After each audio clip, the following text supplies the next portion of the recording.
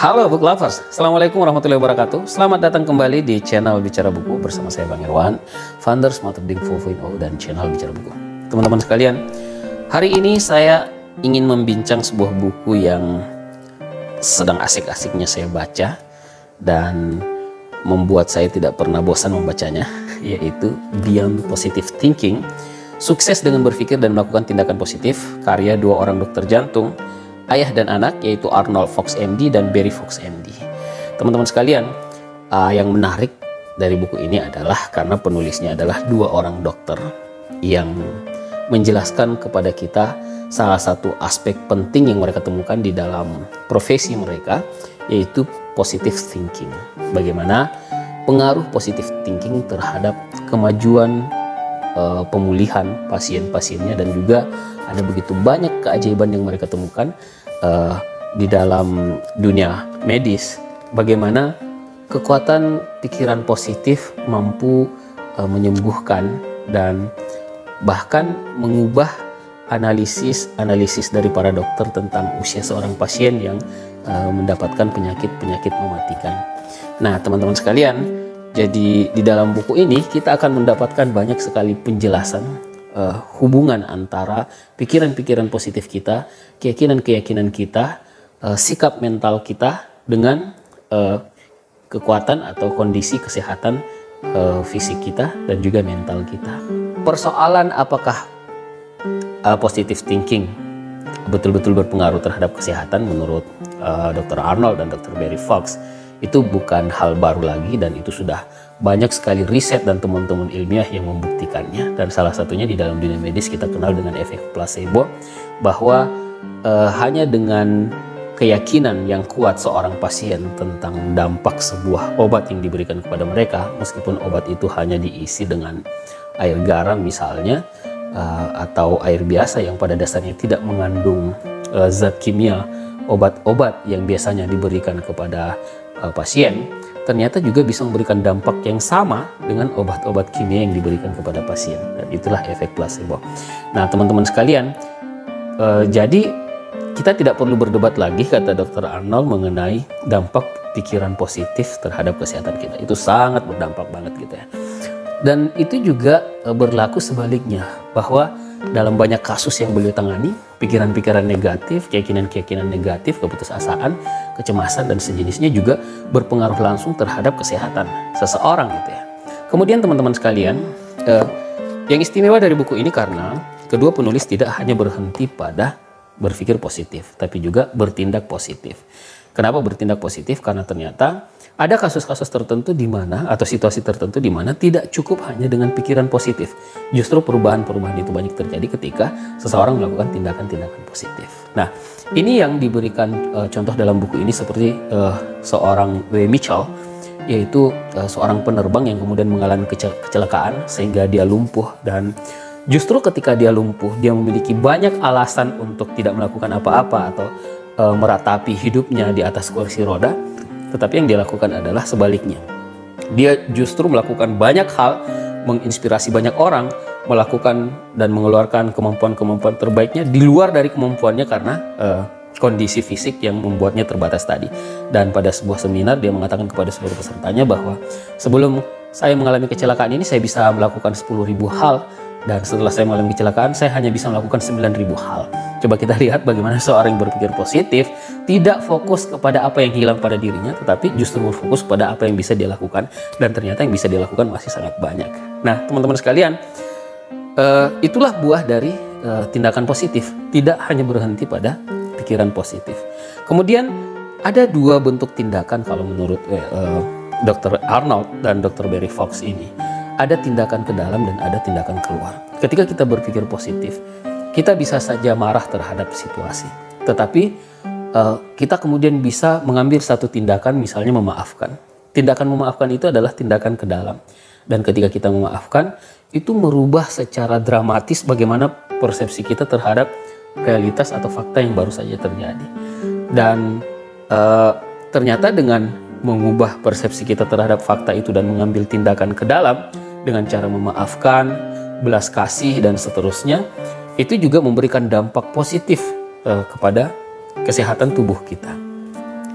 Nah, tindakan yang kedua adalah tindakan keluar, seperti yang dilakukan oleh W. Mitchell tadi, yaitu dia tidak berhenti meratapi dirinya atau hanya sekedar menyemangati dirinya bahwa kecelakaan ini mungkin ada hikmahnya, tetapi dia melakukan tindakan-tindakan nyata, tindakan-tindakan real keluar. Dia bertemu orang, dia menulis buku, dia membuat program, dia menginspirasi banyak sekali orang dan tidak menyerah dengan keadaannya. Nah, itulah tindakan-tindakan keluar. Hal penting lainnya yang ditulis oleh Dr. Arnold dan Dr. Barry Fox di dalam buku ini, yang merupakan pelajaran dari bagaimana pasien-pasiennya bangkit, adalah bagaimana seseorang memiliki mimpi. Ternyata orang yang memiliki mimpi, yang menghidupkan harapan, jauh lebih berpeluang untuk menciptakan keajaiban-keajaiban, kondisi yang semakin membaik dibandingkan dengan mereka yang tidak memiliki mimpi sama sekali, tidak memiliki harapan sama sekali. Dan ketika membahas tentang ini, Dr. Arnold dan Dr. Barry menjelaskan bahwa pada dasarnya realitas itu adalah apa yang kita persepsi. Sebuah peristiwa terjadi itu adalah fakta. Tetapi bagaimana kita menjadikannya realitas atau kenyataan itu sepenuhnya adalah hasil kerja persepsi kita. Jadi boleh jadi ada sebuah peristiwa kehilangan, misalnya ada orang yang meninggal dunia atau dipecat dari pekerjaannya, atau mungkin dia melakukan sebuah pekerjaan yang ya mungkin oleh orang lain dianggap sebagai pekerjaan rendahan. Tetapi kenyataan tentang pekerjaan itu misalnya atau peristiwa itu sangat ditentukan oleh bagaimana persepsi setiap orang terhadap fakta tersebut. Misalnya ketika kita kehilangan pekerjaan. Kehilangan pekerjaan karena dipecat adalah sebuah fakta. Tetapi bagaimana kenyataannya itu sepenuhnya persepsi. Mungkin si A mempersepsinya sebagai sebuah bencana yang merupakan akhir dari segala-galanya. Tapi boleh jadi si B yang juga mengalami fakta atau peristiwa yang sama mempersepsinya sebagai sebuah kesempatan untuk memulai hal-hal yang baru. Ini hanya sekedar persepsi, tetapi kenyataan yang difahami oleh kedua orang ini, si A dan si B, itu benar-benar berbeda padahal peristiwanya sama. Nah, begitu juga dengan mimpi, sahabat-sahabat sekalian. Mimpi ini adalah sebuah persepsi yang kita bangun.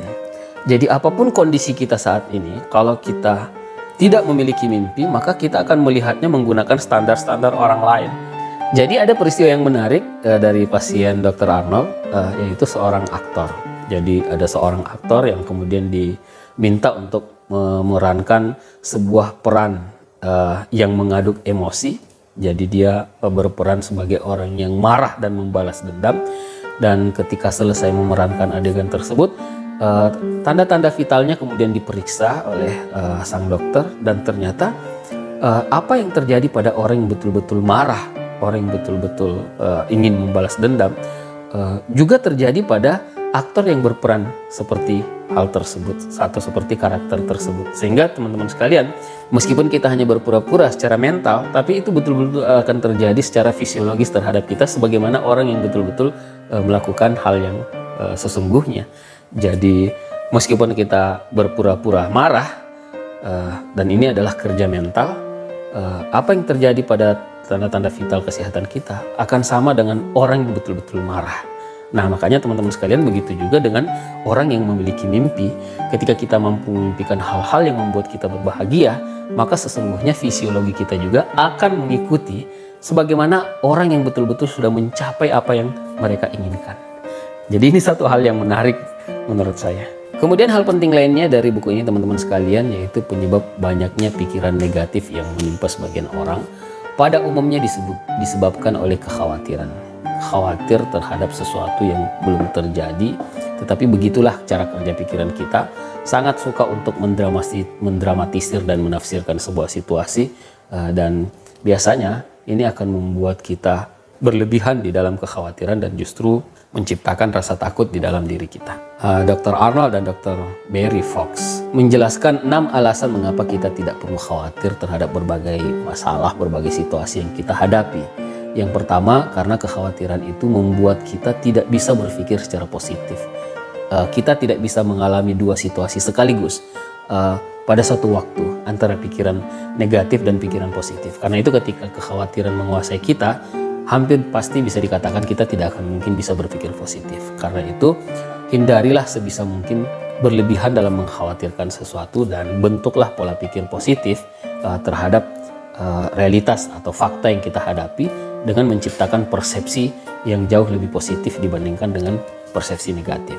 Alasan yang kedua, teman-teman sekalian, kenapa kita harus menghindari kekhawatiran yang berlebihan, karena kekhawatiran berlebihan betul-betul menghancurkan kebahagiaan dan kesehatan kita, dan itu memiliki banyak bukti riset sains baik di dalam dunia medis maupun di dalam dunia psikologi yang menunjukkan bahwa kekhawatiran itu justru merusak tubuh kita dan tidak memiliki keuntungan sama sekali. Alasan yang ketiga, karena kekhawatiran itu bekerja seperti candu. Begitu kita terbiasa khawatir, maka kita akan terus mengkhawatirkan hal-hal lainnya. Jadi dia akan menciptakan sebuah efek bola salju yang akhirnya membuat kita lebih banyak berpikir negatif, berpikir kekhawatiran, sampai akhirnya boleh jadi kita depresi. Dan itu tentu saja menjadi sesuatu yang tidak memberikan manfaat kepada kita. Alasan yang keempat, kata Dr. Arnold, adalah karena terlalu khawatir akan membuat kita terlalu gemuk atau terlalu kurus. Dan ini ada mekanisme biologis yang terjadi yang membuat kita sampai pada titik itu. Dan kedua dokter ini juga menyaksikan secara langsung pada pasien-pasiennya bahwa mereka yang kemudian terlalu khawatir, pada umumnya kalau bukan tidak menjadi kegemukan, mereka justru akan sampai pada titik sangat kurus, dan ini merupakan kondisi yang buruk bagi kesehatan kita. Alasan kelima adalah sering sekali kita mengalami kekhawatiran karena alasan yang salah. Jadi kita khawatir bukan pada substansi persoalannya, tetapi justru hal-hal yang tidak substantif seperti komentar-komentar orang, persepsi orang. Kekhawatiran kita justru bukan pada fakta yang bisa berdampak pada kita, tapi pada persepsi orang yang kita anggap sebagai sesuatu yang bisa menghakimi kita.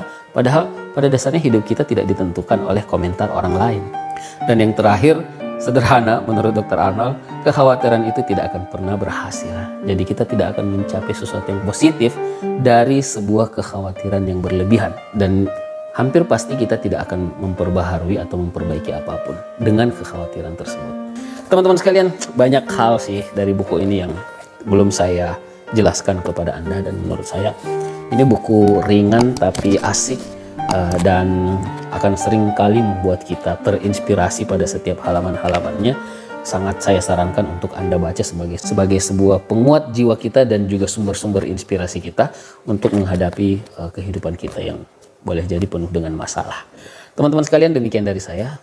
Sampai jumpa pada review buku selanjutnya, dan jangan lupa like, subscribe, dan juga share channel ini supaya banyak yang mendapatkan manfaat. Dan saya ingin memberikan kredo baru bagi channel Bicara Buku ini, yaitu jangan beli buku sebelum mampir di Bicara Buku. Sampai jumpa. Assalamualaikum warahmatullahi wabarakatuh.